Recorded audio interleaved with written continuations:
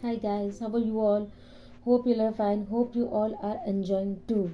And may God bless you. May your all dreams come true. May success touch your path of success every step of your life.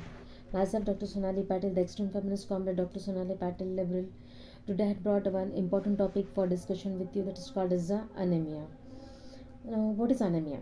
Anemia is a decrease in the oxygen carrying capacity of the blood due to various kind of reasons. The mostly three types. Then it is the causes of anemia. They are divided into three types. First is due to the excessive loss of the hemoglobin or a defective formation of the RBCs or the destruction of the RBCs. So these three are the main causes of the anemias. Now we will study first what are the types of anemia.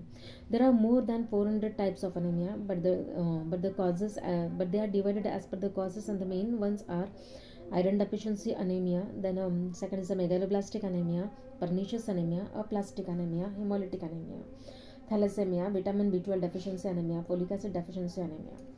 So this was about the types of anemia. Now we will study what are the causes of anemia. So there are various causes of the anemia. The first and the foremost cause is the due to hemolysis. The hemolysis may be due to sickle cell anemia or due to the destruction of the RBCs by any cause. Now the patient may suffer anemia due to heavy loss in the as in the menstruation, heavy menses, or increased demand as in pregnancy. Then if the patient is taking any cytotoxic drugs or anti-cancer treatment, or due to radiation, or this thing so the iron deficiency anemias is the main anemia, is the very commonest anemia which has happens in our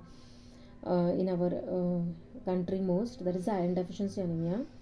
Then what is the pharmacokinetics of the iron deficiency and what actually happens in the iron deficiency anemia?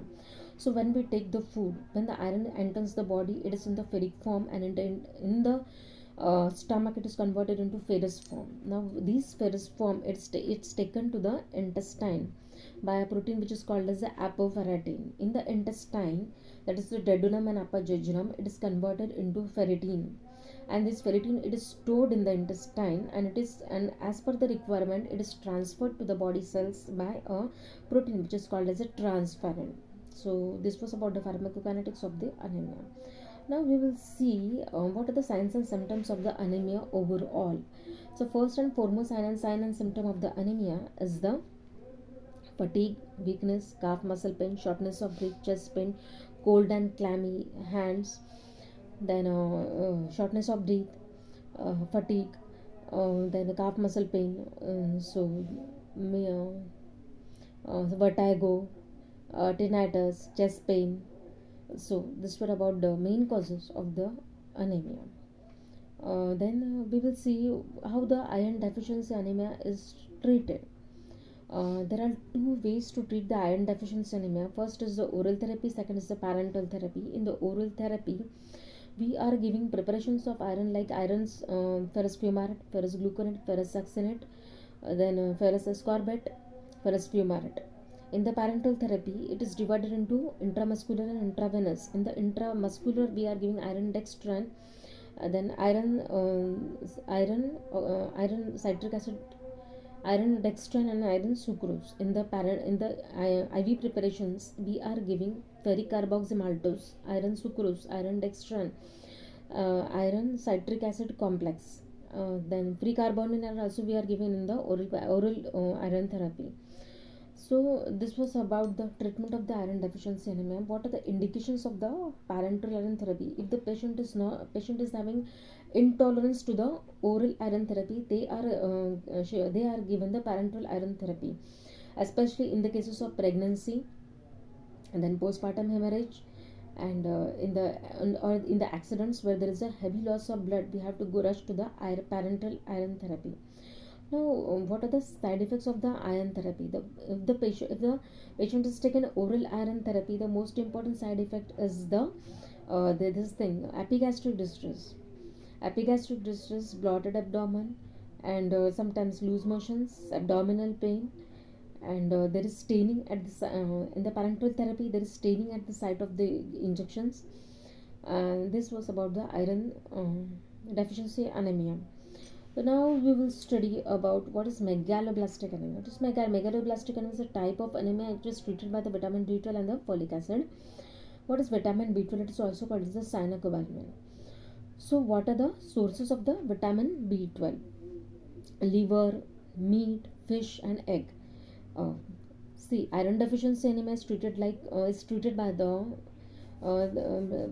the foods which are rich in the iron, like leafy vegetables. The source of iron deficiency is the green leafy vegetables, while the source of the megaloblastic anemia is the meat, liver, fish, and egg. There is a vast difference between the both of them. So what are the preparations of the vitamin B12? We will see it. First is the cyanocobalamin, mecobalamin, methylcobalamin, and this thing hydroxycobalamin. These were the preparations of the vitamin B12. Now we will see what are the uses of the vitamin B12. The first and the foremost use of the vitamin B12 is in the pernicious anemia, various kind of neuralgias, then alcohol or tobacco amblyopia, paresthesia, spastic paralysis, CNS disorders like trigeminal neuralgia, paresthesia, semi-paralysis, delirium, hallucinations, psychosis, memory loss. We have to what is this cyanocobalamin? What it does? It is the covering of the nerves, that is a myelin sheath, which gives methylcobalamin, which gives strength to the myelin sheath of the nerves. If the myelin sheath of the nerves is weak, as if due to diabetes or various kind of neuralgias or paresthesis, the first and the foremost treatment we are giving is the methylcobalamin. So this was about the megaloblastic anemia. Now we will see about what is folic acid deficiency anemia. Folic acid is a combination of the PABA, that is the PABA, then pteridine nucleus and glutamic acid. The sources of folic acid is green leafy vegetables mostly. Iron, then jaggery. This folic acid, it is a very significant. It has a very significant. It is a very significant in the cases of pregnancy because it prevents the neural tube defect, that is the spina bifida, in the pregnant women's. We have to give the supplementation of the folic acid to prevent the neural tube defects like spina bifida. So this was about the folic acid. Now in this treatment depends upon the cause of the anemia. So if the signs like pallor, then pedal edema, weakness, fatigues, and chest pain, palpitation, shortness of breath should not be taken very lightly because it may be due to anemia. We have to go for various investigations like CBC, HB electrophoresis. We have to measure the amount of hemoglobin, percentage of hemoglobin in the blood, and as per the percentage, we have to give the treatment to the patient according to the type of the anemia and according to the percentage of hemoglobin in the blood. So treatment depends upon the cause of the anemia. So this was about the anemia in short. Thank you so much. Hope you like my video. Please hit the button like if you like it.